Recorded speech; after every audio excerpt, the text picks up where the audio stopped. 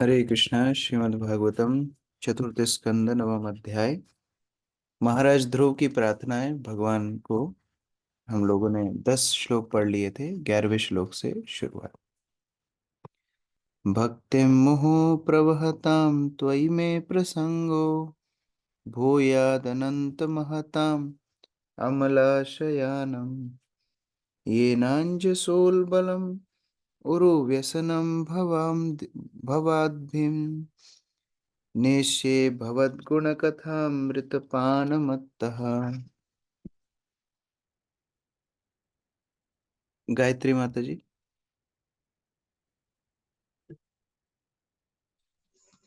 हरे कृष्ण प्रभु।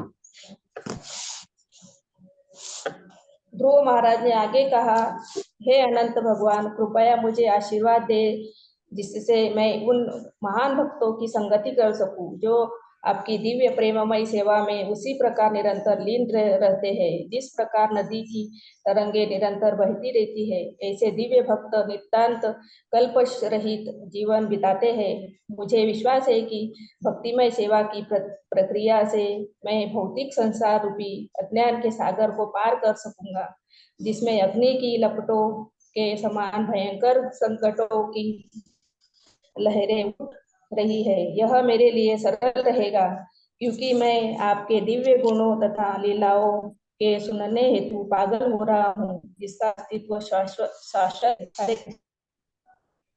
जिन्होंने भगवत प्राप्ति की है, जिन्होंने भगवान की कृपा को प्राप्त किया है, उनके अंदर हम ये लक्षण देखते हैं कि वो भगवान से कोई भी वस्तु भौतिक नहीं मानते। हम पृथु महाराज के कथा में भी सुनेंगे किस प्रकार पृथु महाराज जब भगवान से प्रार्थना करते हैं, पृथु महाराज बोलते हैं कि मैं आपसे इंद्रिय तृप्ति क्यों मांगू, जबकि इंद्रिय तृप्ति तो हर स्थान पे उपलब्ध है। मुझे आप 10,000 कान दीजिए जिससे मैं आपकी कथा सुनता रहूं। यहाँ पर ध्रुव महाराज भगवान से भक्तों की संगति मांग रहे हैं कि आपके भक्तों की संगति में भक्ति योग करने की अ, संभावना है। आपके भक्तों की संगति में भक्ति योग करने की प्रेरणा मिलती है। आपके गुणों की, लीलाओं की वर्णन सुनने का मौका मिलता है। इसीलिए आप अपने भक्तों की संगति मुझे प्रदान कीजिए।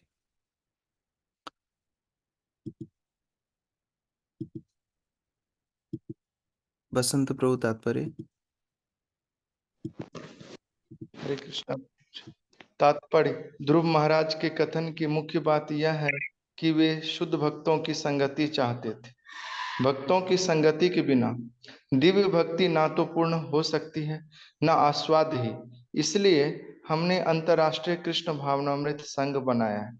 यदि कोई इस संघ से विलग रहकर कृष्ण चेतना में प्रवृत्त होता है तो समझे कि वह व्यामोह भ्रम में रह रहा है, क्योंकि ऐसा असंभव है। ध्रुव महाराज के इस कथन से स्पष्ट है कि जब तक मनुष्य भक्त की संगति नहीं करता तब तक उसकी भक्ति परिपक्व नहीं होती और भौतिक कार्यकलापों से पृथक नहीं हो सकती। भगवान का कथन है, श्रीमद् भागवतम तृतीय स्कंद 25वें अध्याय 25वें श्लोक, सताम प्रसंगान मम वीर्य संविदो भवन्ति हृत्कर्ण रसायना।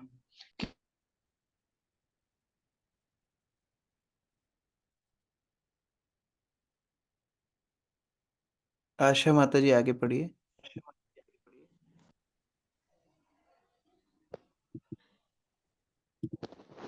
अनम्यूट किया है माता जी? भूल जाती हूँ। हरे कृष्ण प्रभु। अरे पढ़ूं प्रभु जी? हाँ पढ़िए। समझते हैं कि वह मैं वो केवल शुद्ध भक्तों के संग में श्री कृष्ण के वचन हृदय तथा कान को अच्छे लगते हैं। ध्रुव महाराज विशेष रूप से भक्तों की संगति चाहते थे। भक्ति कार्यों में ऐसी संगति निरंतर प्रवाहमान नदी की तरंगों के तुल्य है। हमारे कृष्ण भावनामृत संघों में 24 घंटे व्यस्त रहना पड़ता है। समय का हर पल भगवान की सेवा में लगाया जाता है। यही भक्ति का अनवरत प्रवाह है। कोई मायावादी चिंतक हमसे प्रश्न कर सकता है, आप लोग भक्तों की संगति में भले ही प्रसन्न रहें किंतु भव सागर को कैसे पार करेंगे? ध्रुव महाराज का उत्तर है कि वह अधिक कठिन नहीं है। वे स्पष्ट कहते हैं कि इस सागर को सरलता से पार किया जा सकता है यदि कोई भगवान के गुणों को सुनने के लिए पागल हो जाए। भगवत गुण कथा, जो कोई श्रीमद् भागवत, भगवत गीता तथा चैतन्य चरितामृत से भगवान की कथा को निरंतर सुनना चाहता है और इसमें रस लेता है, जैसा कोई किसी नशे का आदि हो जाए, उसके लिए हम इस अज्ञान रूपी संसार को पार करना सरल सरल है। भौतिक अज्ञान भौतिक अज्ञान जगत की तुलना दहकती अग्नि से की गई है, किंतु भक्त के लिए यह अग्नि कोई अर्थ नहीं रखती, क्योंकि वह तो पूर्ण रूपेण भक्ति में लीन रहता है। यद्यपि यह भौतिक जगत दहकती अग्नि के सदृश है, किंतु भक्त के लिए आनंद से पूर्ण प्रतीत होता है। विश्व पूर्ण सुखायते। शिला ध्रुव महाराज प्रभुपाद के बता रहे हैं किस प्रकार अगर कोई ये सोचता है कि मैं आध्यात्मिक उन्नति कर लूंगा बिना भक्तों की संगति के, तो वो असंभव है। ध्रुव महाराज को भी नारद मुनि की संगति लगी। इसी प्रकार अगर भक्ति में बढ़ते रहना है तो भक्तों की संगति अनिवार्य है। और वो भक्तों की संगति में क्या होता है? वो भक्तों की संगति में कृष्ण कथा सुनने का मौका मिलता है, कृष्ण सेवा करने का अवसर मिलता है। इसलिए भक्तों की संगति में कृष्ण भक्ति की वृद्धि होती है। हरिप्रिया माता जी पढ़िए। ध्रुव महाराज के इस कथन का सार यह है कि भक्तों की संगति में की गई भक्ति आगे भी भक्ति के विकास का कारण बनती है। केवल भक्ति से ही कोई गोलोक वृंदावन नामक दिव्य लोक को जा सकता है, और वहां भी केवल भक्ति ही भक्ति है, क्योंकि इस लोक में तथा आध्यात्मिक जगत में भक्ति संबंधी कार्यकलाप एक से होते हैं। भक्ति कभी बदलती नहीं। उदाहरण के लिए आम को लें। यदि किसी को कच्चा आम मिले तो वह आम ही होता है, और जब ये पक जाता है तब भी वह आम ही रहता है, किंतु इसका स्वाद बढ़ जाता है। इसी प्रकार से एक भक्ति वह है जो गुरु तथा शास्त्रों के निर्देश पर की जाती है, और दूसरी आध्यात्मिक जगत की भक्ति है जो भगवान की संगति में की जाती है, किंतु दोनों एक ही हैं, इनमें कोई परिवर्तन नहीं होता। अंतर यही है कि एक अपरिपक्व अवस्था है और दूसरी पक्व होने के साथ ही अधिक स्वाद युक्त।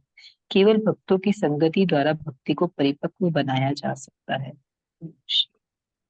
प्रभुपाद ये उदाहरण कई बार दिया करते थे कि इस्कॉन में सभी शुद्ध भक्त हैं। जैसे कि आम के पेड़ में आम ही लगते हैं, अंतर क्या है? कुछ कच्चे आम हैं, कुछ पक्के हैं। उसी तरह कुछ शुद्ध भक्ति में अभी परिपूर्ण हो चुके हैं और कुछ अभी उस मार्ग पर चल रहे हैं। तो भक्ति के माध्यम से भगवान को प्राप्त किया जाता है। वो भक्ति भक्तों के संग में फलित होती है। इस तरह ध्रुव महाराज भक्त संगति के लिए प्रार्थना कर रहे हैं। भगवान से मिलने के लिए भक्त संगति, और भगवान मिलने के बाद भी मांगना क्या है? भक्त संगति। ये भक्त के संग इतना महत्वपूर्ण है। तेना स्मरन्त्य अतिरम प्रियम ईशमर्त्य ये चान वदा सुतसृदे गृहवित्तदारः ये तु अब्जनाभा भवदीय पदारविंद सौगंधिलुप्त हृदयेषु कृत प्रसंगः। मणि माता जी पढ़िए। हरे कृष्ण। तुम कमलनाथ भगवान, यदि कोई व्यक्ति किसी ऐसे भक्त की संगति करता है जिसका हृदय सदैव आपके चरण कमलों की सुगंध में लुब्ध रहता है, तो वह ना तो कभी अपने भौतिक शरीर के प्रति आसक्त रहता है और ना संतति, मित्र, घर, संपत्ति तथा पत्नी के प्रति देहात्म बुद्धि रखता है, जो भौतिकतावादी पुरुषों को अत्यंत ही प्रिय है, परंतु वह उनकी तनिक भी परवाह नहीं करता। तो भगवान के भक्त जो पूर्ण रूप से भगवान से ही आसक्त हैं, उन्हें और कोई भौतिक वस्तु से आसक्ति नहीं है, ऐसे भक्तों की संगति करना चाहिए। भक्तिविनोद ठाकुर बोलते हैं, जो भुक्ति मुक्ति स्पृहा सबसे मुक्त है, ऐसे भक्त की संगति हमको दीजिए भगवान। भक्त तो भगवान के बहुत है, लेकिन शुद्ध भक्तों की अगर संगति मिल जाए, जिनका केवल आश्रय भगवान है, ऐसे भक्तों की संगति में कृष्ण चेतना का विकास होता है। अमित प्रभु तात्पर्य। तात्पर्य: भक्ति का विशेष लाभ यह है कि भक्त लोग न केवल से भगवान की दिव्य लीलाओं का कीर्तन तथा श्रवण करने और उनकी स्तुति करने से आनंद लेते हैं, वरन वे अपने शरीर के प्रति अधिक आसक्त भी नहीं रहते हैं। जबकि योगी जन अपने शरीर के प्रति अत्यधिक आसक्त रहते हैं और सोचते हैं कि वे शारीरिक आसनों एवं क्रियाओं का अभ्यास करने से अत्यधिक चेतना में आगे बढ़ सकेंगे। सामान्यतः योगियों की भक्ति के प्रति अधिक रुचि नहीं होती। वे तो प्राणायाम को ही नियमित करना चाहते हैं। यह मात्र शारीरिक व्यापार है। यहाँ पर ध्रुव महाराज स्पष्ट कहते हैं कि भक्त को शरीर के प्रति कोई रुचि नहीं रहती। वह जानता रहता है कि वह शरीर नहीं है, अतः प्रारंभ से ही वह आसान करने में समय न गवाकर शुद्ध भक्त की खोज करके उसकी संगति करता है और आध्यात्मिक चेतना में योगी से आगे निकल जाता है।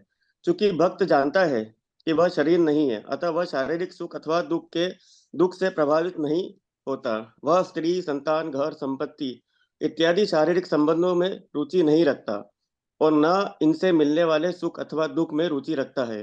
भक्त होने का यही विशेष लाभ है। जीवन की यह अवस्था तभी प्राप्त होती है जब कोई व्यक्ति ऐसे शुद्ध भक्त की संगति करने हेतु इच्छुक होता है जो श्री भगवान के चरण कमलों की सुगंध लेकर सदैव आनंद उठाता है। हरे कृष्ण। इस प्रकार से भक्त संगति, भक्त संघ का गुणगान ध्रुव महाराज कर रहे हैं। बहुत सुंदर रूप से श्रील प्रभुपाद ने बताया कि कैसे ऐसे भक्त शारीरिक चेतना से ऊपर होते हैं, और अगर किसी को आध्यात्मिक उन्नति करनी चाहिए तो उसे ऐसे ही भक्त की संगति की अभिलाषा करनी चाहिए जो हमें भी शारीरिक चेतना से ऊपर उठा सके। कई बार अध्यात्म के नाम पर हम केवल अपने शरीर को ही तुष्ट करने में लगे रहते हैं। ऐसे कोई बाबा साधुओं के चक्कर में पड़ते हैं जो हमारी भौतिक इंद्रिय तृप्ति में सहायता करते हैं। वो ठीक है, आपको हो सकता है वो कर्म कांड में, भौतिक इंद्रिय तृप्ति में सही मदद कर रहे हो, लेकिन उससे आध्यात्मिक उन्नति, भक्ति नहीं होगी। भक्ति करना है तो भगवान के एकांतिक भक्त, शुद्ध भक्तों की संगति जरूरी है। तेरियान्नक द्विज सरी स्पृह देवदत्या मर्त्यादिभिः परिचितं सदसद्विशेषम् रूपं स्थविष्टम् अजते महदाद्यनेकं नातः परं परमवेदमेना जत्र वादः। अक्रूर प्रभु। अनुवाद। हे भगवान, हे परम अजन्मा, मैं जानता हूँ कि जीव आत्माओं की विभिन्न योनियां यथा पशु, वृक्ष, पक्षी, रेंगने वाले जीव, देवता तथा मनुष्य सारे ब्रह्मांड में फैले हुए हैं, जो समग्र भौतिक शक्ति से उत्पन्न है। मैं यह भी जानता हूँ कि ये कभी प्रकट रूप में रहते हैं तो कभी अप्रकट रूप में, किंतु मैंने ऐसा परम रूप कभी नहीं देखा जैसा कि अब आपका देख रहा हूँ।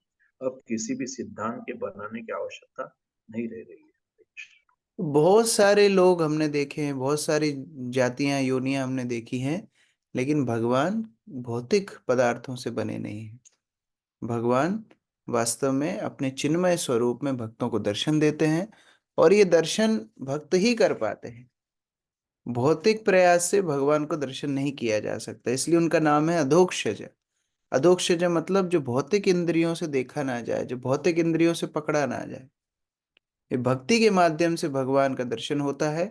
आज ध्रुव को जो भगवान दर्शन करा रहे हैं अत्यधिक दुर्लभ है। आरती माता जी, तात्पर्य। श्रीमद् भगवद गीता में श्री भगवान कहते हैं कि उन्होंने अपने आप को ब्रह्मांड भर में व्याप्त किया है। यद्यपि प्रत्येक वस्तु उन्हीं पर टिकी है, तो भी वे पृथक रहते हैं। उसी विचार को यहाँ पर ध्रुव महाराज ने व्यक्त किया है।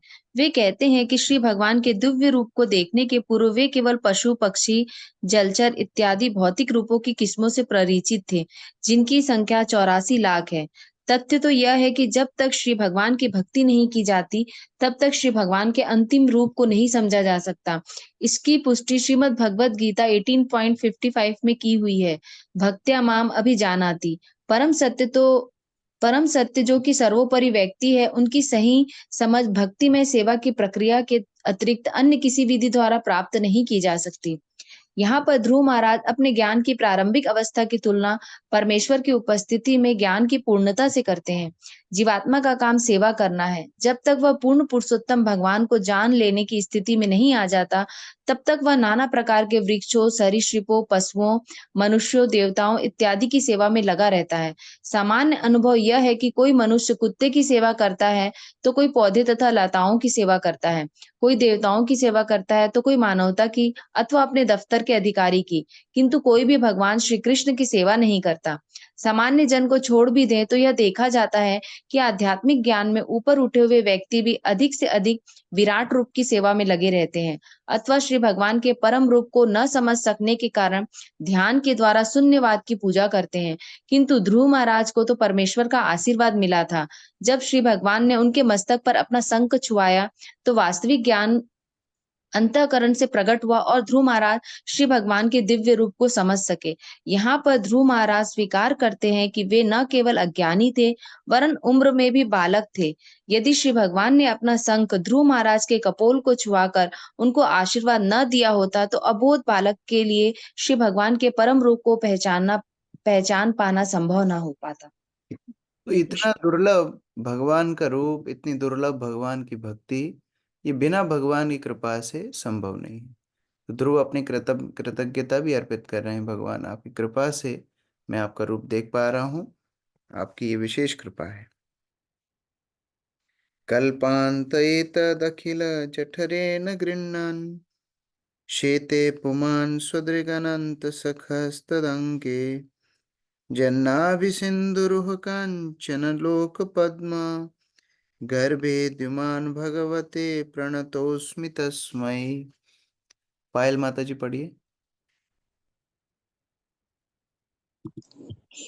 हे भगवान, प्रत्येक कल्प के अंत में भगवान गर्भोदक्षय विष्णु ब्रह्मांड में दिखाई पड़ने वाली प्रत्येक वस्तु को अपने उदय में समाहित कर लेते हैं। वे शेषनाग की गोद में लेट जाते हैं और उनकी नाभि से एक कंठल में से सुनहला कमल पुष्प फूट निकलता है और इस कमल पुष्प पर ब्रह्मा जी उत्पन्न होते हैं और मैं समझ सकता हूँ कि आप वही परमेश्वर है, अतः मैं आपको सादर नमस्कार करता हूँ। एक छोटा सा बच्चा इतनी बड़ी बड़े सिद्धांत कैसे बता पा रहा है? ये विशेष भगवान की कृपा है। भगवान की कृपा से मुखम करोति वाचालम पंगुम लंगायते गिरिम यत् कृपा तमहम वंदे श्री गुरु दीनतारिण परमानंद माधव। भगवान कृपा से, गुरु की कृपा से ऐसे मूक व्यक्ति भी बड़ी बड़ी कविताएं बोल सकते हैं, लंगड़े भी पहाड़ चल सकते हैं। इसलिए हम जो कुछ भक्ति जीवन में करते हैं भगवान की कृपा मान के चलना चाहिए। हमारे मुंह से कैसे ऐसी बातें निकलनी है? हमारे बोलने से कोई जप शुरू कर रहा है, हमारे कुछ बताने से व्यक्ति भक्ति में आ जाता है। वास्तव में ये हमारा सामर्थ्य नहीं है, भगवान का सामर्थ्य है। ध्रुव को भगवान ने शंख का स्पर्श कराया, उसके मात्र से ध्रुव इतनी सुंदर सुंदर प्रार्थनाएं बोलने लगे। ये भगवान की विशेष अनुकंपा है। रेखा माता जी पढ़िए। ध्रुव महाराज का भगवान संबंधी ज्ञान पूर्ण था। वेदों में कहा गया है, यस्मिन् विज्ञाते सर्वमेवं विज्ञातम् भवति। भगवान की दिव्य अहेतुकी कृपा से प्राप्त ज्ञान इतना पूर्ण होता है कि भक्तगण उसी ज्ञान से भगवान की विभिन्न सृष्टियों से परिचित हो जाते हैं। ध्रुव महाराज के समक्ष शिरोदक्षाय विष्णु उपस्थित थे। वे भगवान के अन्य दो रूपों गर्भोदक्षाय विष्णु तथा कारणोदक्षाय महाविष्णु को भी समझ सकते थे। महाविष्णु के संबंध में ब्रह्म संहिता का कथन है, यस्य कनिष्ठस्ते काले मथावलंबया जीवंती लोम विलजा जगद खंडानाथा विष्णु मृहान स इह यस्य कला विशेषो गोविंद आदिम पुरुषम तमहम भजामि। प्रत्येक कल्प के अंत में जब समस्त लोकों का लय हो जाता है तो प्रत्येक वस्तु गर्भोदयशाही विष्णु के शरीर में प्रवेश करती है, जो भगवान के ही अन्य रूप शेषनाग की गोद में शयन करते हैं। जो भक्त नहीं है वे विष्णु के विभिन्न रूपों तथा सृष्टि के प्रति उनकी स्थितियों के विशेष में कुछ नहीं समझ सकते। कभी कभी नास्तिक लोग तर्क करते हैं, भला गर्भोदक्षाय विष्णु की नाभि से पुष्पदंड किस प्रकार फूटकर निकल सकता है? वे शास्त्रों के सभी वचनों को कहानी मानते हैं। परम सत्य के विषय में अनुभवहीन होने तथा प्रमाण को स्वीकार करने में हिचक के कारण वे अधिकाधिक नास्तिक बनते जाते हैं। वे भगवान को नहीं समझ सकते।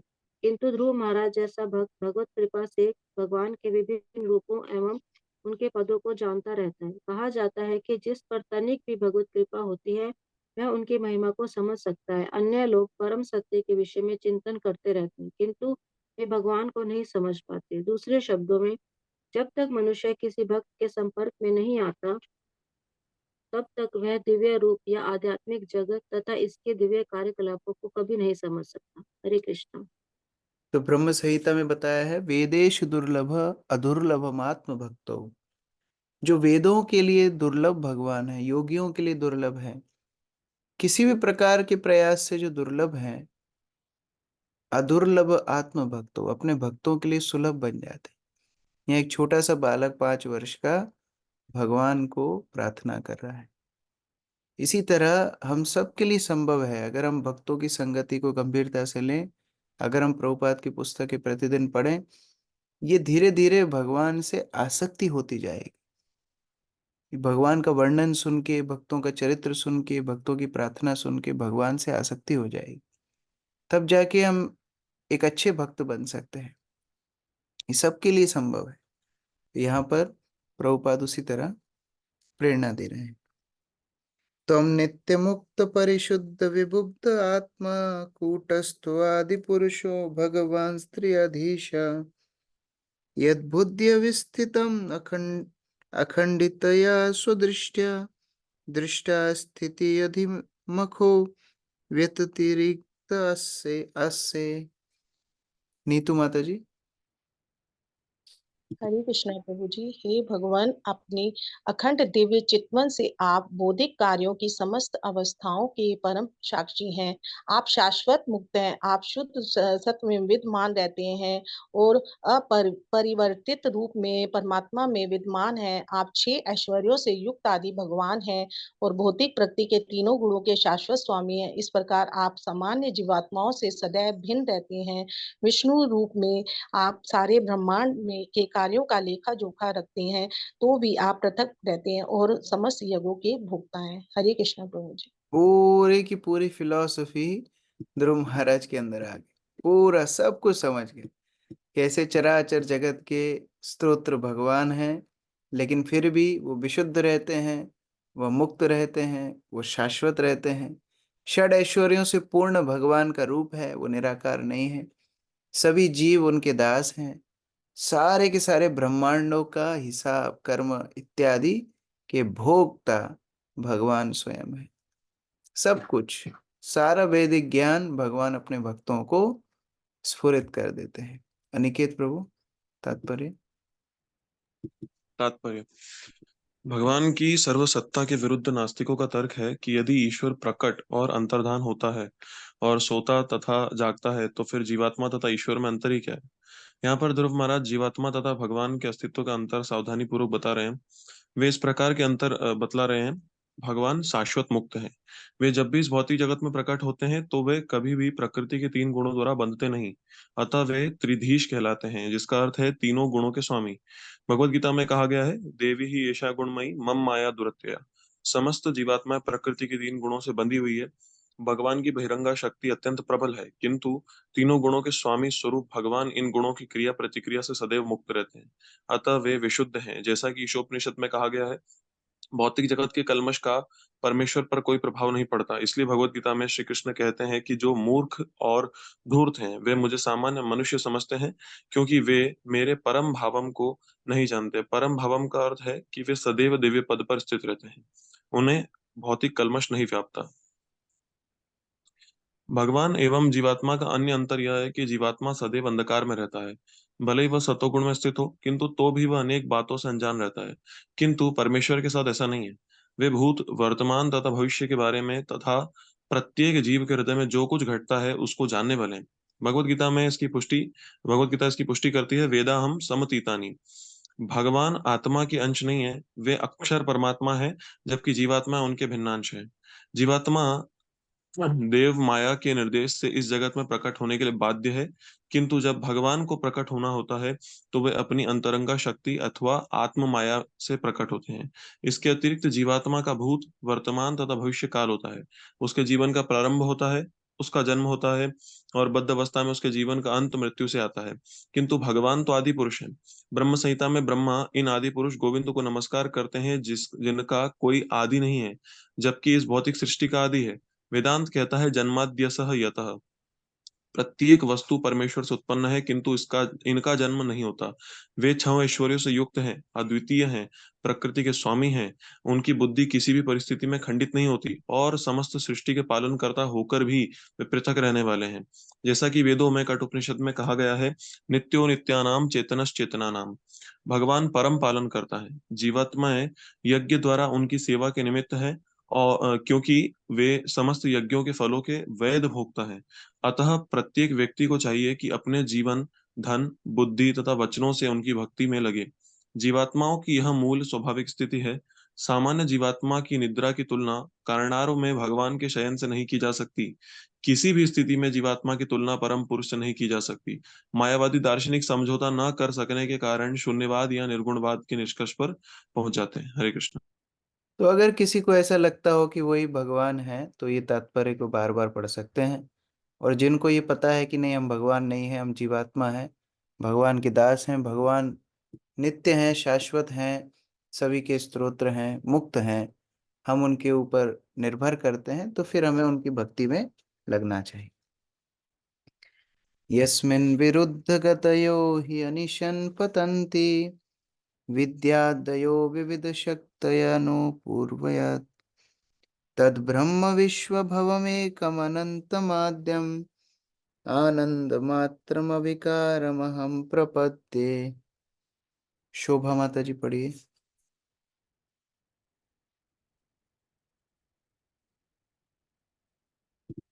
माता जी अनम्यूट किया है।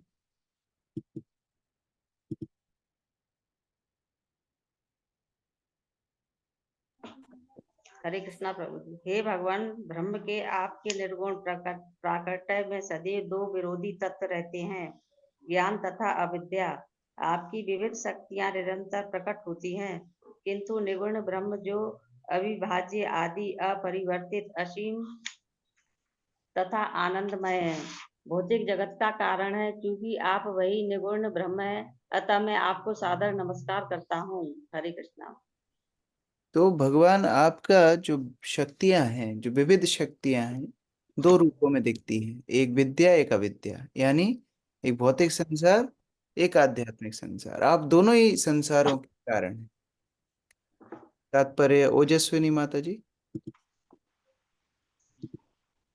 तात्पर्य ब्रह्म संहिता में कहा गया है कि असीम निर्गुण ब्रह्मा गोविंद के दिव्य शरीर का तेज है। इस असीम तेज मंडल में असंख्य ब्रह्मांड हैं, जो विभिन्न कोटि के असंख्य लोकों से युक्त हैं। यद्यपि परम पुरुष सब कारणों के मूल कारण है, किंतु उनका निर्गुण तेज, जिसे ब्रह्मा कहा जाता है, भौतिक जगत का तात्कालिक कारण है। अतः ध्रुव महाराज ने भगवान के निर्गुण रूप को नमस्कार किया।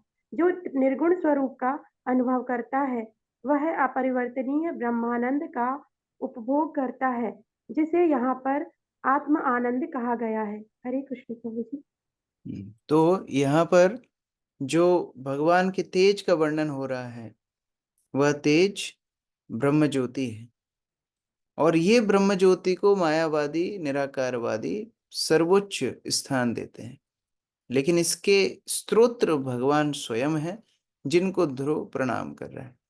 तो यद्यपि भगवान का निर्गुण रूप भी है, लेकिन वो निर्गुण रूप केवल भगवान के शरीर का प्रकाश मात्र है। श्रील विश्वनाथ चक्रवर्ती ठाकुर कहते हैं कि यह निर्गुण रूप या ब्रह्मा का स्वरूप उन व्यक्तियों के लिए है जो अत्यंत ज्ञानी है, किंतु व्यक्तिगत स्वरूपों या आध्यात्मिक जगत की विभिन्नता को नहीं समझ पाते। ऐसे भक्त ज्ञान मिश्र भक्त कहलाते हैं, अर्थात उनकी भक्ति के साथ अनुभव गम्य ज्ञान मिश्रित रहता है। क्योंकि निर्गुण ब्रह्मा का बोध परम सत्य का आंशिक ज्ञान है, अतः ध्रुव महाराज सादर नमस्कार करते हैं। कहा जाता है कि निर्गुण ब्रह्म परम सत्य का दूसरा साक्षात्कार है। यद्यपि ऊपर से ब्रह्म शक्ति शून्य प्रतीत होता है, किंतु वस्तुतः विद्या तथा अविद्या के अंतर्गत इसमें कई शक्तियां कार्यशील रहती हैं। इन्हीं शक्तियों के कारण विद्या तथा अविद्या निरंतर प्रकट होती हैं। ईशोपनिषद में विद्या तथा अविद्या का अत्यंत सुंदर वर्णन हुआ है। कहा गया है कि कभी कभी अविद्या के कारण मनुष्य परम सत्य को पूर्णतः निर्गुण मान लेता है, किंतु वास्तव में भक्ति के विकास के साथ ही निर्गुण तथा सगुण बोध का विकास होता रहता है।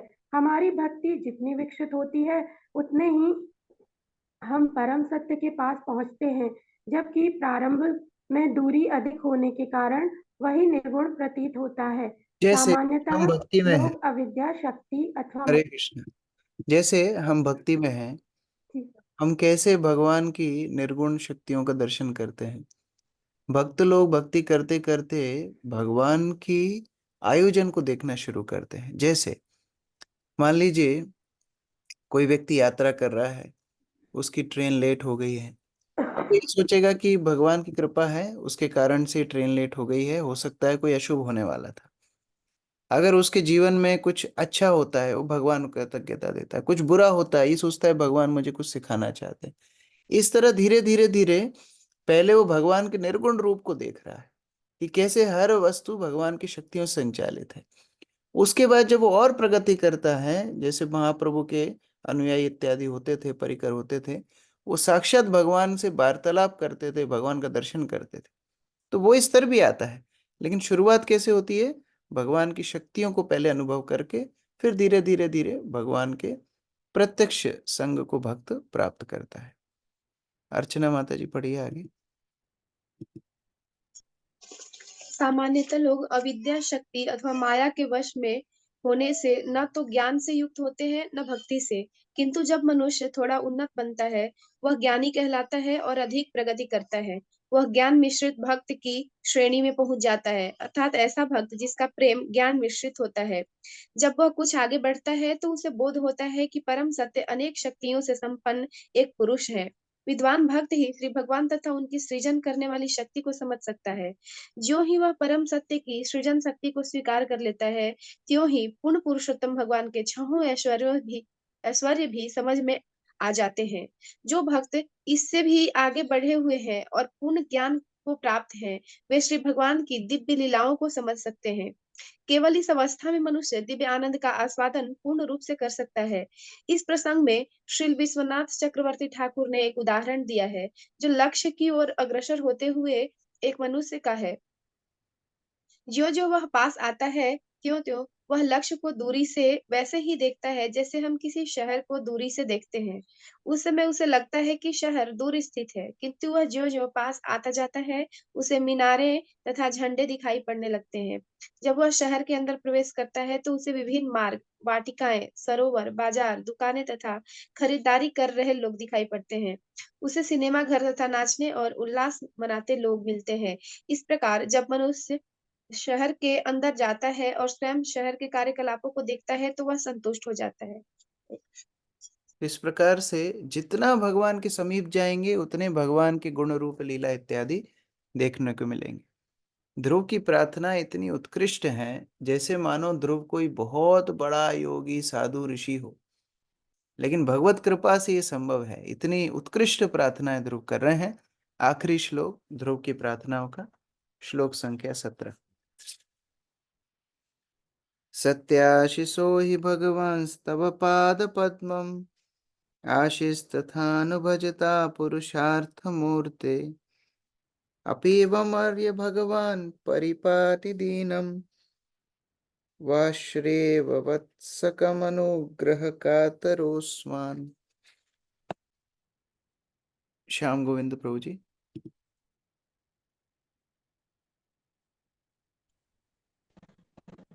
हे भगवान, हे परमेश्वर, आप सभी वरों के परम साक्षात रूप हैं।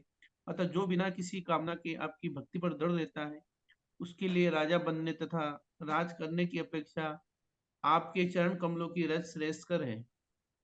आपके चरण कमल की पूजा का यही वरदान है। आप अपनी अहेतु की कृपा से मुझे जैसे अज्ञानी भक्त के लिए पूर्ण परिपालक है।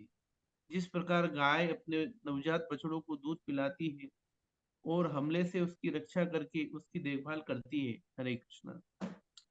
श्याम गोविंद प्रभु हमारे मंदिर में हर अभिषेक में दूध लेके आते हैं भगवान के अभिषेक के लिए, इसीलिए उनके पढ़ते समय भागवत में दूध का ही उदाहरण आया है। यहाँ पर ध्रुव महाराज भगवान को बोल रहे हैं, जैसे बछड़े के लिए दूध एकमात्र आहार होता है, नए नए बछड़े के लिए, और उसकी माता गाय उसको दूध पिला करके पोषण देती है, खड़ा करती है, उसका पालन करती है, उसी प्रकार से आप अपने भक्तों का पालन करते हैं, आप अपने भक्तों का पोषण करते हैं। तो हे भगवान, यद्यपि आप सारे वर देने में सक्षम हैं, मैं तो वही आश्रय चाहता हूँ जो एक बछड़े का अपनी गाय के ऊपर होता है, अपनी माँ के ऊपर होता है। मैं वही आश्रय चाहता हूँ। मैं आपसे कोई राज्य मांगना नहीं चाहता। ऐसा लग सकता है कि ध्रुव महाराज भक्ति शुरू किए थे सकाम भाव से, और यहाँ इतनी प्रार्थना किए हैं कि भगवान को मस्का लगा रहे हैं राज्य प्राप्त करने के लिए। ऐसा नहीं है। ध्रुव अपने आखिरी श्लोक में स्पष्ट कर रहे हैं, मैं राज्य इत्यादि कुछ नहीं चाहता हूँ, मैं केवल आपके चरण कमलों का आश्रय चाहता हूँ। तात्पर्य मंजू माता जी। तात्पर्य, ध्रुव महाराज को अपनी भक्ति के दोष का पता था। शुद्ध भक्ति का कोई भौतिक रूप नहीं होता और वह सकाम कर्म अथवा मानसिक चिंतन द्वारा पूरी नहीं होती, इसलिए शुद्ध भक्ति अहेतु की कहलाती है। ध्रुव महाराज जानते थे कि वे भक्ति में भगवान की पूजा करने से उद्देश्य आए हैं। वो अपने पिता का राज्य चाहते थे। ऐसा मिश्रित भक्त कभी कभी श्री भगवान का प्रत्यक्ष दर्शन नहीं कर सकता। अतः वे भगवान की अहेतु कृपा के लिए परम कृतज्ञ थे।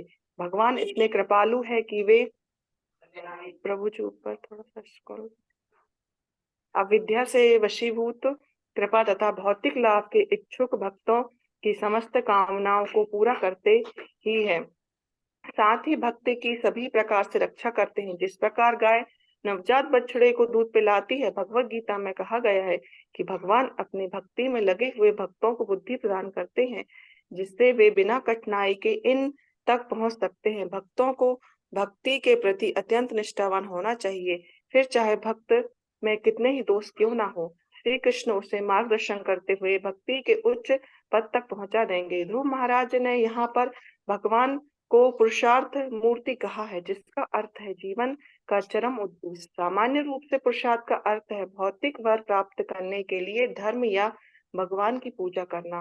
भौतिक वरदान प्राप्त करने के लिए प्रार्थना इसलिए की जाती है कि इंद्रियों की तुष्टि हो सके, और जब मनुष्य निराश हो जाता है और लाख प्रयत्न करने के बाद अपनी इंद्र तुष्टि नहीं कर पाता, तो वह मुक्ति की कामना करता है। ऐसे ये कार्य सामान्यतः पुरुषार्थ कहलाते हैं, किंतु वास्तविक चरम उद्देश्य तो भगवान को समझना है। यह पंचम पुरुषार्थ कहलाता है। इसलिए भगवान चैतन्य ने शिक्षा दी है कि मनुष्य को भगवान से भौतिक संपत्ति, ख्याति और सुपत्नी जैसे वरदान नहीं मांगने चाहिए। उसे तो भगवान की दिव्य प्रेम भक्ति में निरंतर लगे रहने की प्रार्थना करनी चाहिए। ध्रुव महाराज अपनी भौतिक लाभ की इच्छाओं से अवगत थे, अतः भगवान का संरक्षण चाह रहे थे, जिससे वे भौतिक इच्छाओं के कारण भक्ति से विपथ ना हो सके। हरे कृष्णा। भगवान यद्यपि सारे पुरुषार्थ देने में सामर्थ्य हैं, भगवान धर्म अर्थ काम मोक्ष देने में सामर्थ्य हैं, लेकिन भक्त प्रार्थना करता है, भगवान आप मुझे संरक्षण प्रदान करें कि मैं धर्म अर्थ काम मोक्ष ना मांगू। मैं आपकी शुद्ध भक्ति चाहता हूँ, आप मुझे वही शुद्ध भक्ति देने की कृपा करें। ध्रुव महाराज इस तरह प्रार्थना कर रहे हैं। बड़ी सुंदर प्रार्थना है। अभी 18 नंबर श्लोक में मैत्रेय मुनि बताएंगे किस प्रकार भगवान ध्रुव की प्रार्थनाओं का उत्तर दे रहे हैं। 19 नंबर श्लोक से भगवान का ध्रुव को संबोधन है। कल हम इसका आगे पाठ करेंगे। हरे कृष्ण। ग्रंथराज श्रीमद् भागवतम की जय, श्रील प्रभुपाद की जय, समवेत भक्तवृंद की जय।